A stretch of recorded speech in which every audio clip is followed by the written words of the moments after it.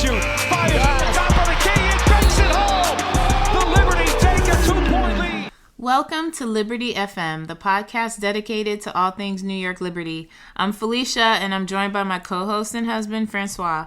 This is episode 25, recapping Game 3 of the WNBA Finals between the New York Liberty and Las Vegas Aces. This was a win-or-go-home situation for the Liberty, and they prevailed, beating the Aces 87-73. Let's get into this crazy game that had over 17,000 in attendance. Woo! My God, what a game by the New York Liberty. It was do or die for this game. I'm not gonna lie, I was nervous and excited at the same time. Excited because, it was our first final home game in 21 years. But nervous because the way the Aces played in those first two games, you wonder what sort of Liberty team was gonna show up in that game.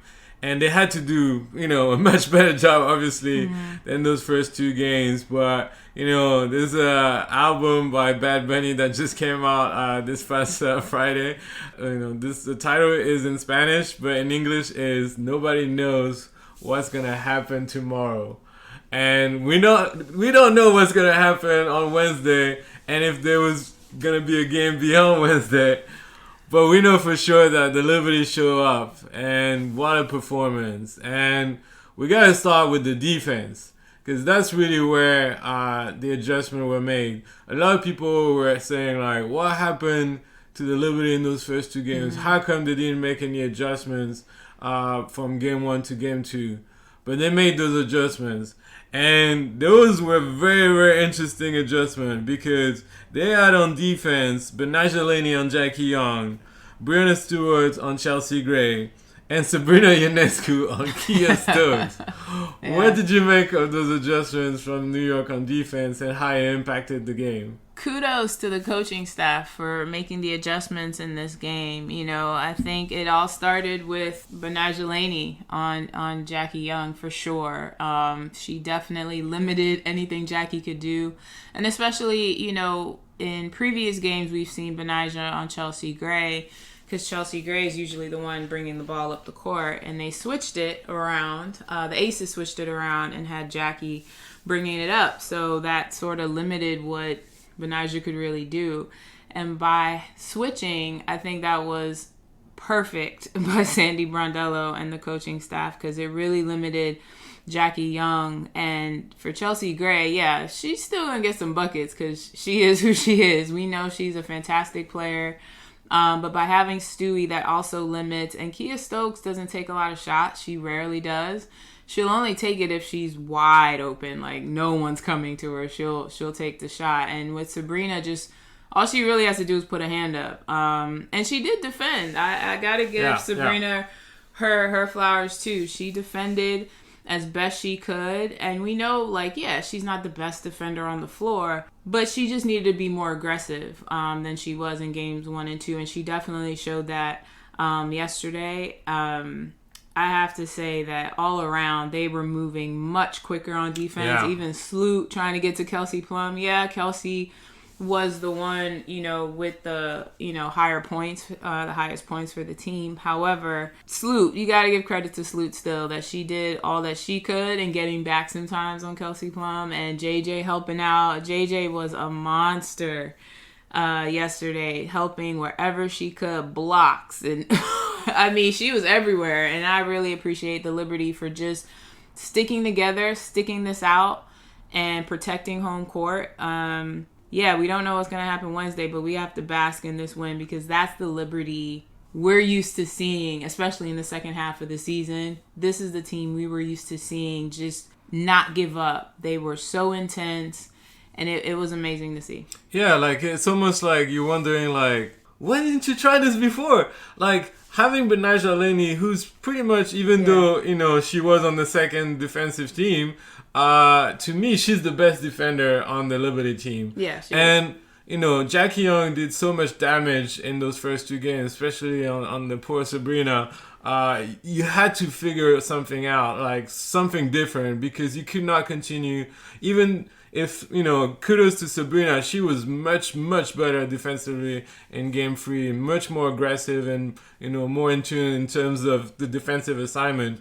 You could not put her again on Jackie Young. But Najalini, did an incredible job on Jackie Young. I mean, Jackie Young only had 8 points. She was 2 for 9 from the field, 0 for 3 from the 3-point line, and she was the best, 3-point shooter in the regular season. So incredible job. And I'm thinking about that play where I think the Liberty either lost the ball I think they lost the ball.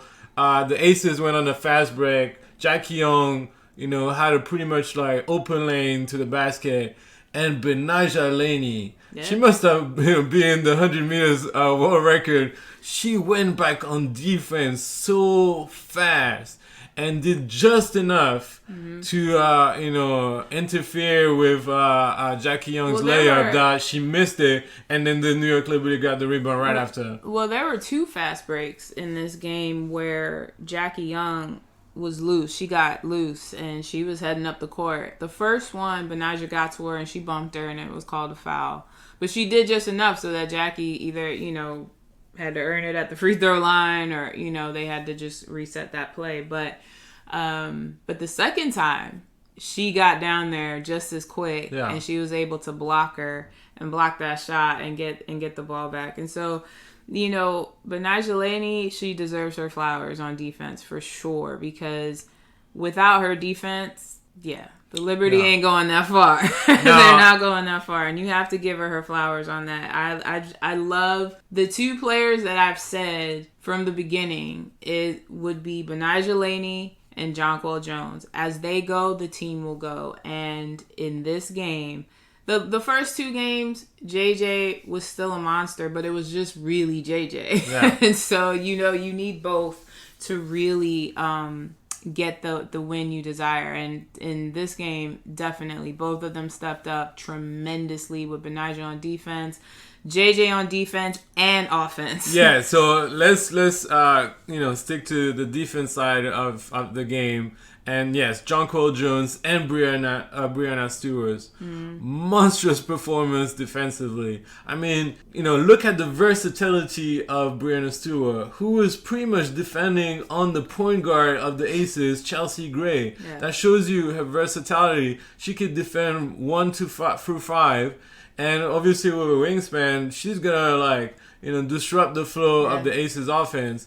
And many, many times, whether it was Breanna Stewart, Vandersloot, even Sabrina was aggressive, trying to steal the ball. The deflections and, trying to steal the balls, it really disrupted the Aces offense. They did not let them, having the same level of freedom that they had in the first 2 games. I mean, I rewatched some of the plays from the first 2 games, and it was just not acceptable defensively. Yeah. The amount of freedom the Aces had, and with the talents that they have, you're going to pay. Jonquel Jones said, we got to play like we deserve to be out there. This is the final. And obviously, she has lost 2 finals. She doesn't want to lose a third one. So I feel like it's very interesting because all throughout those playoffs, the real leader of that team now is Jonquel Jones. It's not even Breanna Stewart anymore. Yeah, whether it's vocally, whether it's the attitude, the play, she's been the true leader of that team recently. Yeah, I think, we've talked about Jonquel throughout the season and different games, and we wanted her, we wanted them to feed her inside a whole lot more. And as the playoffs came about, you just saw her rise to the occasion, and it is great and it's wonderful for the Liberty because it didn't have to all be on Breanna Stewart. Yeah. It didn't all have to be on Sabrina Ionescu. And JJ took that mantle and she's been going with it. She's the voice now on that team. She wants this. And I think what you see is that initially for games 1 and 2, it looked like only JJ wanted it more than the rest of her team. And so I think, for them, when you see some of their interviews, they watch those games back and they had to take it personal. I think we said in the previous podcast for one of in games 1 or 2, the Aces had too much freedom and they were making the Liberty look like they were rookies. Like they've never played them before. And I was like, this is not the team that we have seen throughout the season grow and get to this level. They just looked real complacent and just not themselves. And look, it's not easy when you're on someone else's home court and they have their crowd behind them. So it's easier than it seems. And so I just think that here we see the rise of Jonquel Jones. And, I think through the season we were wondering, like, all right, is it going to come? Like, what's going to happen with JJ? Yeah. Is she going to be the monster that we expect her to be? And she is showing that through the playoffs and especially in the finals. She has done that, and kudos to her, because without JJ and again without Benaja's defense setting JJ or Stewie up, they wouldn't be this far. Yeah, so monstrous performance by JJ on both ends of the floor. I mean, she was pretty much doing everything. There were times where they switched on the pick and rolls, and she was defending like Chelsea Gray and Jackie Young, and she was pretty good at it. Just considering the fact that she's a center, she was holding her own. And her and Brenna Stewart, almost like, the towers and the paint, like sometimes double teaming Asia, making her life really, really difficult. And I told you in the previous podcast, one of the key was for me to see Jonquel Jones on Asia Wilson. Yeah. She's been the best defender so far against Asia Wilson, and I'm glad they reverted back to that. I think, Stewie is super talented on both ends of the floor, but Asia seems to find her ways to score against her. And so having JJ was definitely a better switch, and it allowed, Stewie to sometimes come and help. Sometimes Jonquel was doing a bit of that as well. And, I mean, there was some of those blocks. I mean, there was, Stewie had a nice block. And I'm out of word for that block that she had on Asia Wilson. Jonquel Jones, I think, also blocked Asia.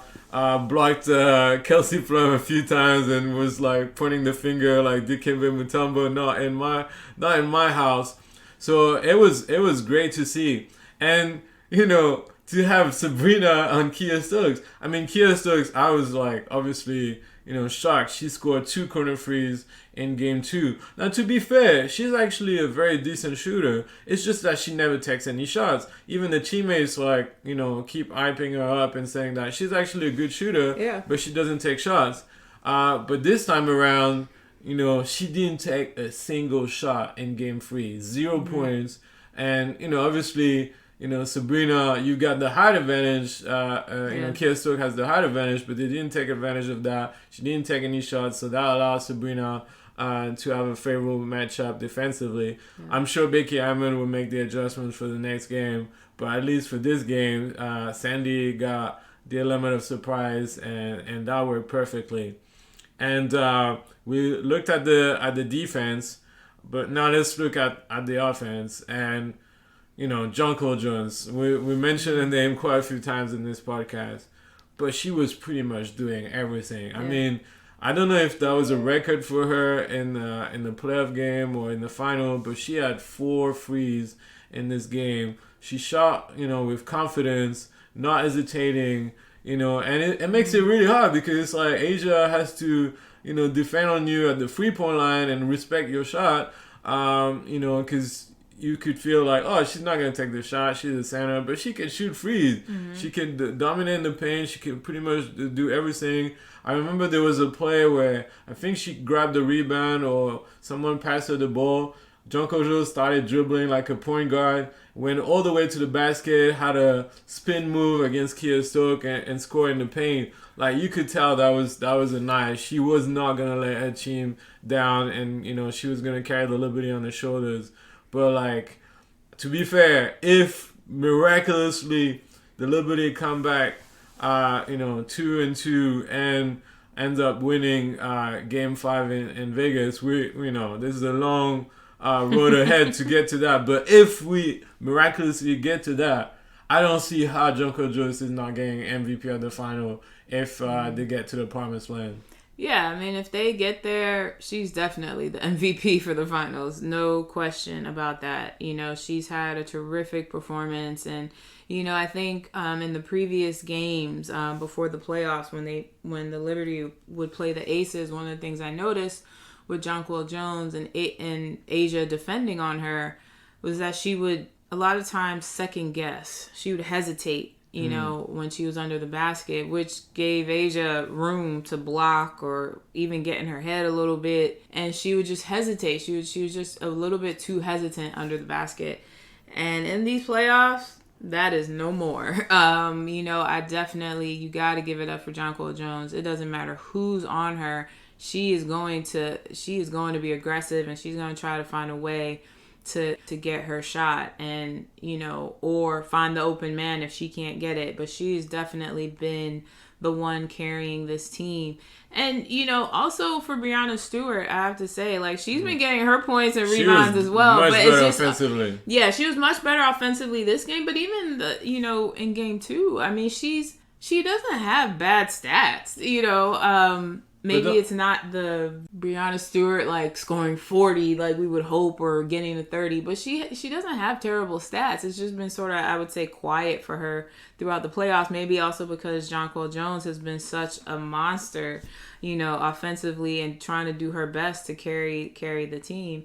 So, you know, I think for both of them, and the way they also defended on Asia and really made her, because I think for Asia, some of her moves, she can easily get those foul calls. And they did the just disparity enough between the number of free throws for the Aces versus the Liberty. She did just enough to where I think, or they did just enough on Asia where, yeah, there were some ticky-tack calls where you could, even on like Kayla Thornton, there was a call that really it was nothing. And, you know, so that, yeah, she's still going to get some calls. But, you know, she also missed a couple of shots at the free throw line. So it's like, well, if you get a foul call, she has to earn it at the free throw line. And, yeah, she's a fantastic player. For the Aces, she's their MVP. And, you know, it's going to be, you can't sleep on her either. And so I just appreciate how aggressive Jonquel was. And no one was in Jonquel's head. Jonquel she wants this, and she wants this badly.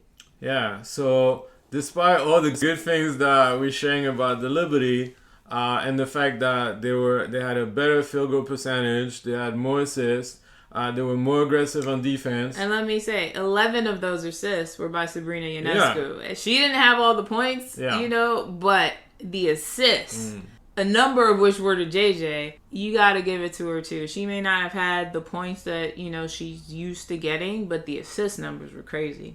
Yeah, but despite all that, the Liberty were only up by 3 at halftime, and throughout the third and fourth quarter, you know, the Aces only shot 33% from the field, and despite that, you know, the lead from the Liberty was, you know, sort of toying between 3, 5, 6, 8 points.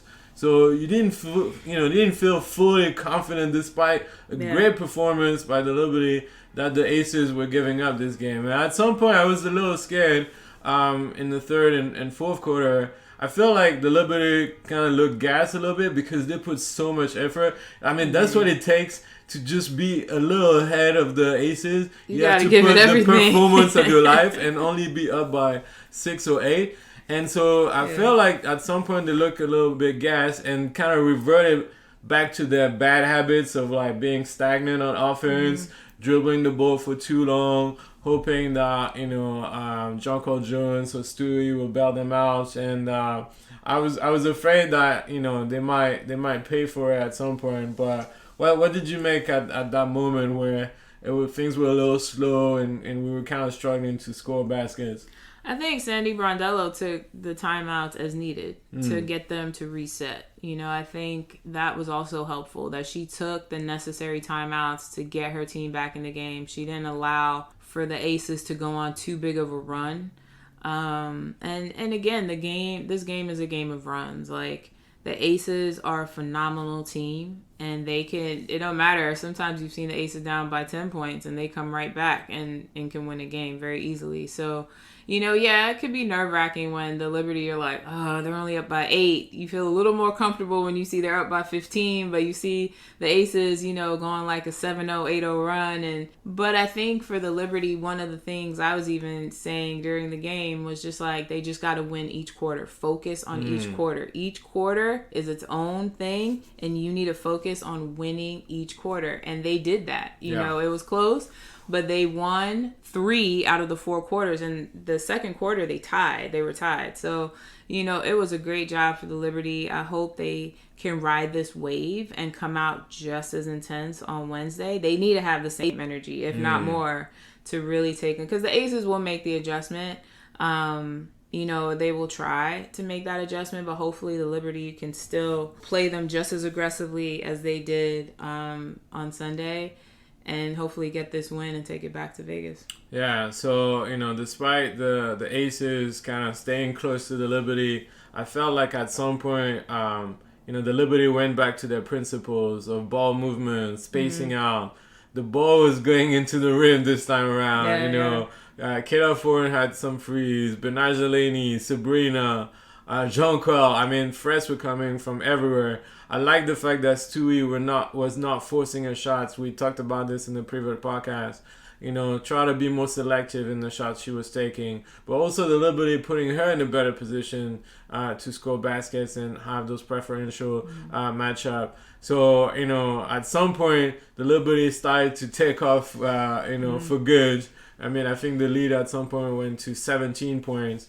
And at that moment, she knew it was over. And, to put the final nail in the coffin, and obviously that's something that I wish I didn't have to talk about. It was, Chelsea Gray's injury. And, let's put things into context, because we were at the stadium, and so we didn't fully know what was going on. I did see Chelsea Gray kind of limping a little bit when she was defending on Brianna Stewart. But then after that, she continued playing as normal and even took a shot over Brianna Stewart.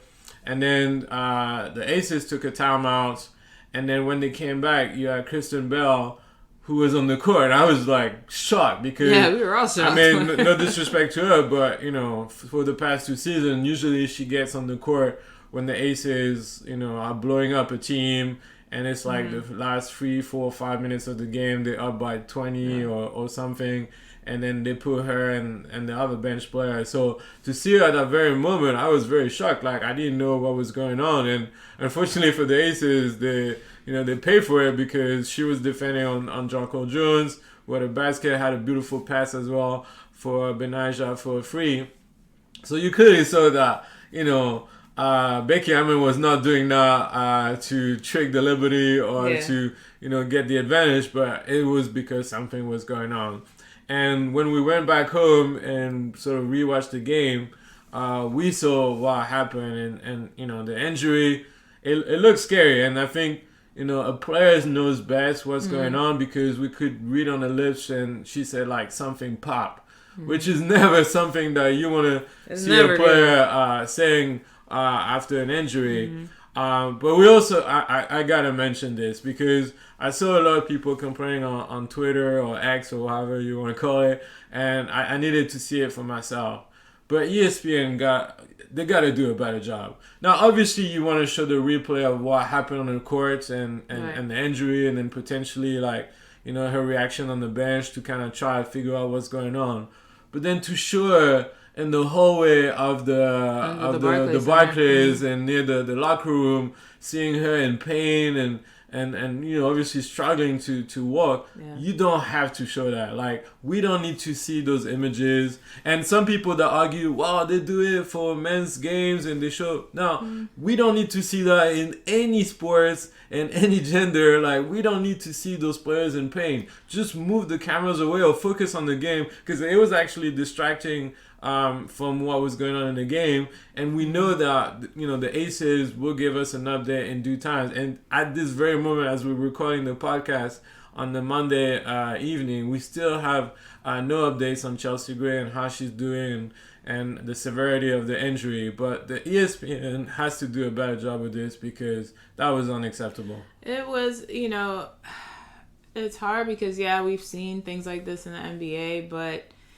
it's unnecessary. You already saw her hop all the way back to the locker room from the arena. So you knew it was something bad. Like she was hopping all the way back there. You knew something was up, and that's really all you needed. And I think, by showing that, and really it seemed like the camera was up close too, or way too close. We heard her screaming, being in pain, and it's like, not only are you filming this, but you put the sound on as well. And I just think that was unnecessary to do, and that's unnecessary to do for any player in any sport. Like, you don't need to show them in agony, and it's just like she was in agony, and that's just a low for ESPN, and they do it so that really clickbait. It's like nobody wants to see that, and a player doesn't want to see that, and other players I'm sure don't want to see that either. And you don't want the WNBA to be talked about for those kind of things. You want to focus on the talent of the players and what they're doing on the court, rather than injuries and different matters. So. And we'll get that update soon enough. If it she felt like she felt something pop. Obviously they'll do all the examinations, MRIs, whatever they need to do to determine if it's really a severe injury or not. And then we'll know, even if we don't know today, we'll know by tomorrow if she's going to be playing on Wednesday. And so, she's a huge piece for the Aces. If they lose her, she is the engine. She is the point guard. She's point guard for a reason. And so she has the vision of the court. She is great in getting those passes into all the players, all her teammates. And so you lose that piece, but also if she's not there, next man up. And that is, and for the Aces, they don't have a strong bench, but you still have Alicia Clark, and she is still a great player. Yeah, she's not Chelsea Gray. That's true enough. I assume it'll still be Jackie Young or Kelsey Plum bringing the ball up, but you still have Alicia Clark, and she is tough defensively. And you don't want to leave her alone. She can still make those threes. She can still do a lot. She can still do a lot of damage. So, this isn't time for anybody to think, if Chelsea Gray may or may not be there, this is a great advantage for the Liberty. The Aces are still a strong team. Yeah. You cannot sleep on them. They still have Asia Wilson. She was in the MVP race, and for a reason. She is an excellent player, just like Jackie Young and Kelsey Plum. And so, yes, it's a possible huge loss for them. We'll see, but again, the Liberty have to play and be on all gears come Wednesday. Yeah, that's the thing with the Aces. Like, their starting lineup and their stars are so good that even with Chelsea Gray potentially out, they could still win that game 4. Like you said, Asia could take off. They're obviously gonna have probably Kelsey Plum as the guard. Doesn't mean that she's gonna score less points and sort of be the facilitator, or just try to take over and not really thinking about assists or anything. Jackie Young obviously is gonna have to also be at the point guard position at some point. So they still have weapons to cause damage to the Liberty. And the Liberty still has to show up. You can't just think like, Chelsea Gray is out. It's good for us. We're going to win this game easy. Sandy said that whether Chelsea Gray is there or not, the game plan and the way they're going to prepare for that game will be the same. But let's not diminish Chelsea Gray's talent, because, and that's another also controversy. Some of the questions that were asked post-game to the Aces that could have been a little more, thoughtful in their approach. Like, to ask as to whether it's going to change the dynamic of the team or not. Like, Asia had to say, like, she's like a point guard general. Like, she an all-star. She the final MVP of 2022. Like, of course it's not going to be the same with or without her. I think They've got sometimes- enough talent to make adjustment, but it's not the same. Like, Yeah, it's almost like you're saying that Chelsea Gray is a common player, and she's not. She's like, no, I think sometimes these journalists just ask questions just to ask them, even if they're silly, even if they're stupid. You know, I think they well, like, have to, how do you they have think to they're get gonna? airtime. How do you think they're gonna feel losing their, you know, Yeah. their point guard? Of course, they're gonna. I've always said the Aces are a strong team. Even when we were at the game early yesterday, and thank you Barclays for opening the arena 2 hours before the Yeah, game that instead was of 1 definitely- hour like yeah. you usually do in That the was good. chaos. But we got there early enough and we were able to see a little bit of the warm-ups. And I have to say, for all the teams we have watched warm up through this season against the Liberty, the Aces, I have to say, are one of the most fit. I'm not saying the other players in the league are out here not doing what they need to do to stay fit, but when you look at the Aces, it just watching them warm up, seeing, it's just like, man. Yeah. You see what happens when you have a wonderful facility in Vegas. You got your own spot. Yeah. You could do all this stuff. You can focus on the health and fitness of the team. I'm just saying, they are a super fit team, and it shows when they're on that court. And so, you know, they can be pretty intimidating when you see them up close. Yeah, I mean, it was great, like you said, to be able to be at the Barclays earlier, because we were able to see more of the warm-up of both teams. Yeah. And I could tell as well, when you saw Brianna Stewart, there was Jonquel Jones, Benaja Laney warming up, like, you could tell they were locked in. Yeah, The level of sure. preparation, the drills that they were having, it was a beautiful thing to watch. Even watching Stewie do a spin move when she was warming up, and she did the same move when Jackie Young tried to steal the ball and she made her pay with a 3. I was like, oh, she practiced that move before the game. I mean, they're professional. That's their job. You know, they're talented and paid the bucks, you know, the big bucks, not as much as we would like, but they're paying the big bucks to do those kind of plays and dazzle the crowd. And so to see that, you know, in warm-up and then see that in action afterwards, it was incredible. And little details as well, because the Liberty, we talked about this many podcasts prior to this one about when they come back on the court at halftime and prepare and warm up before the start of the third quarter. And they came back much earlier this time, because they knew they have to give the performance of their life.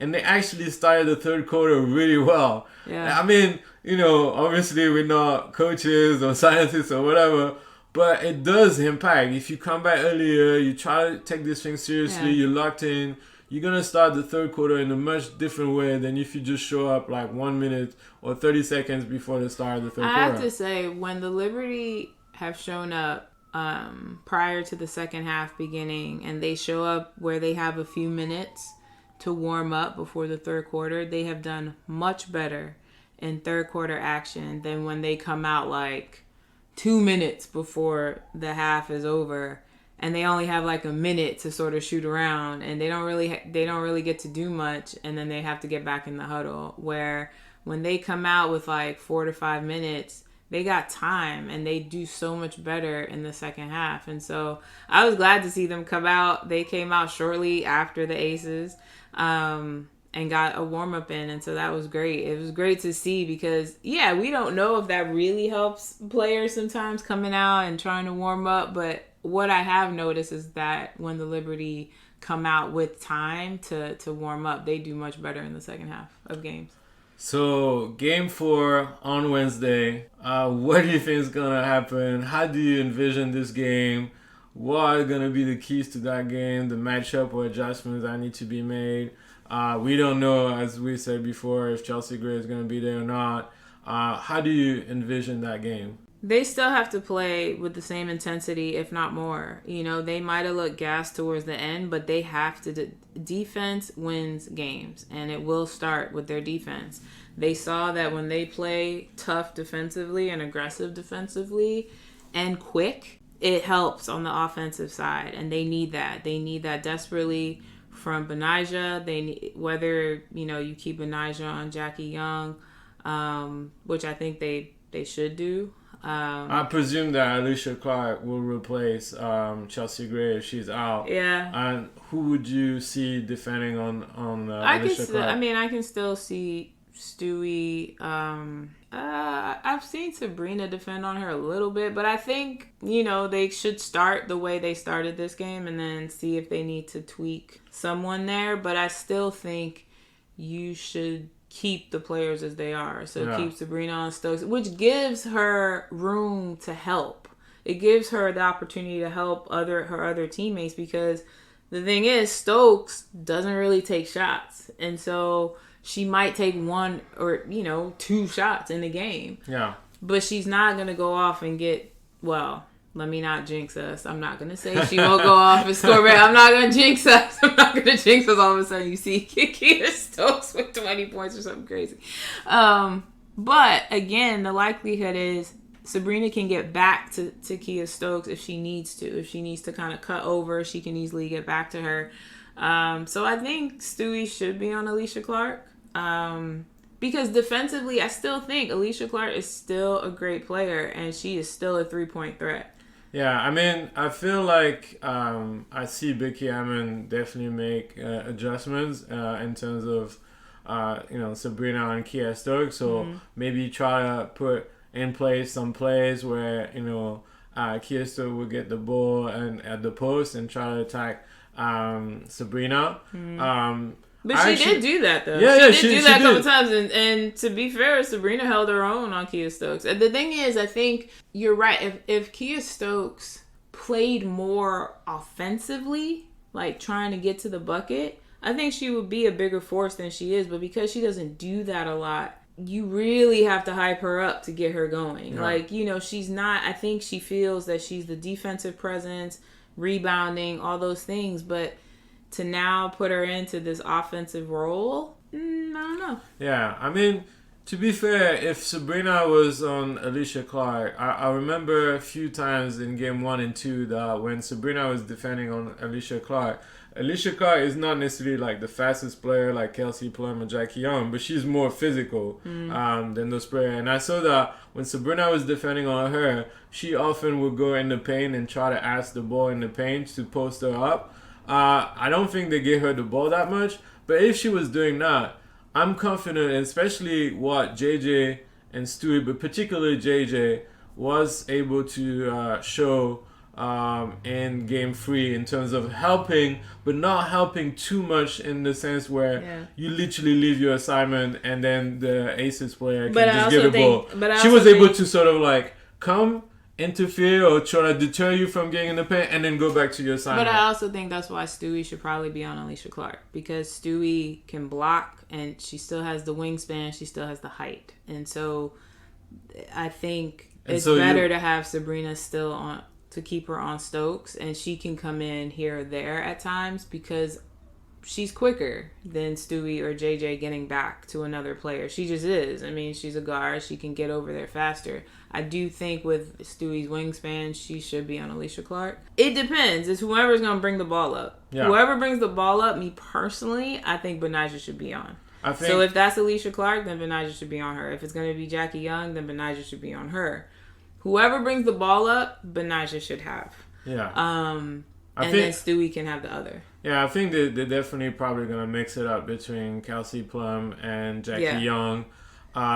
Sydney Colson might have a bit more playing time, even though I doubt that Becky Hammond will rely too much on her, but she definitely will have playing time. But the rotation is definitely going to be an issue for the Aces because, they will always leave one of the strongest players on the court, and I felt like Chelsea Gray was probably like the one that she always stayed on the court. She spent the longest amount of time. Even when they will have the bench player, they would usually most of the time keep Chelsea Gray. So that's definitely going to be an issue for the Aces, the rotations, and the Liberty definitely has to capitalize on that. And typically, when you take Kia Stokes out, you usually replaced her with Alicia Clark. Yeah.